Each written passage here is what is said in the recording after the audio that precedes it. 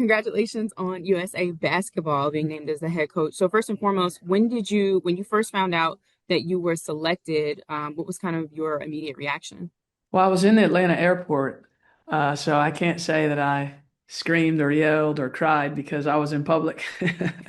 And but I was very excited. All of the emotions that you would expect from an appointment of this magnitude, excitement, um, just thrilling to be able to lead the United States women's national team and the next 3 years with the World Cup coming up next year in Berlin, Germany, and then ultimately the Olympics in Los Angeles. I mean, how cool is it to have a home Olympics and to have a chance to coach a team in it?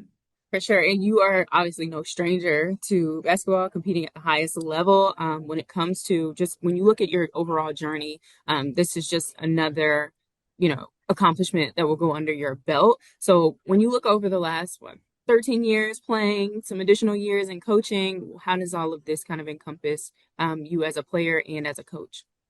I think everything has built up to this point. All the different experiences I've had have prepared me for this moment as a player, playing for the national team in Beijing in 2008 and winning a gold medal, as a 3-on-3 coach in Tokyo, helping lead that team to gold, and then as an assistant coach last summer in Paris, being a part of a staff of a gold medal winning team. All of those things prepare you for this moment. It doesn't entitle you to a result. We still have to go out there and play well to win, but I feel really confident in the experiences that I've had that I can help this team and help put this team in position to be at their best. Now, additionally, we know that there are previous coaches, Don Staley, Coach Cheryl Reeves, that have come before you. Have you talked to any of the previous coaches? I know the information is still pretty new for you, but have any of them reached out to you to give you any words of advice? Have you reached out to them? I texted with Cheryl, who I assisted in Paris in 2024. But she's also really busy right now too with the with the links in the playoffs. So I'm sure I'll have some conversations with some people uh, once I get through this initial announcement and everything and get settled and preparing for camp. And as, a Virginia native, we've kind of been following your career at Seven News, first being named as the Duke head coach a couple of years ago, now being the USA basketball. When you think about how your journey started in Virginia, in addition to all the years that you've played, but really just kind of picking up the basketball, being an all-star in Virginia and carrying it on, what does that mean to you for your hometown? Yeah, I'm very proud to be from DMV. I mean, it's something that I talk about a lot. My players get annoyed by how much I talk about the area and how proud I am to be from it because it did shape me.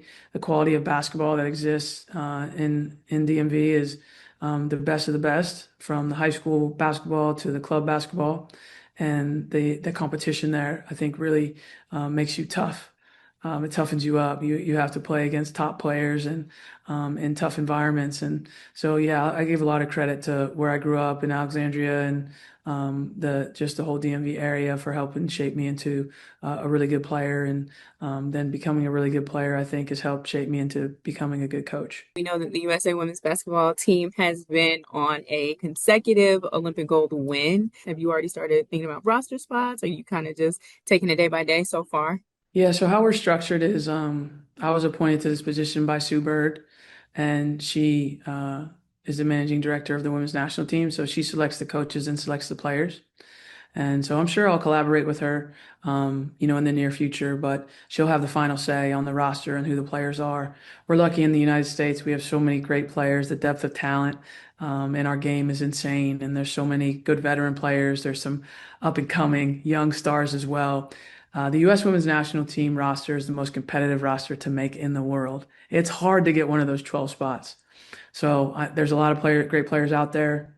Looking forward to working with all of them, and then we'll see who the 12 are that we take over to Berlin. And as you mentioned, just looking at women coaches, I do want to ask you this. Lots of information coming out with the WNBA right now. You're no stranger to coaching. You coach Duke.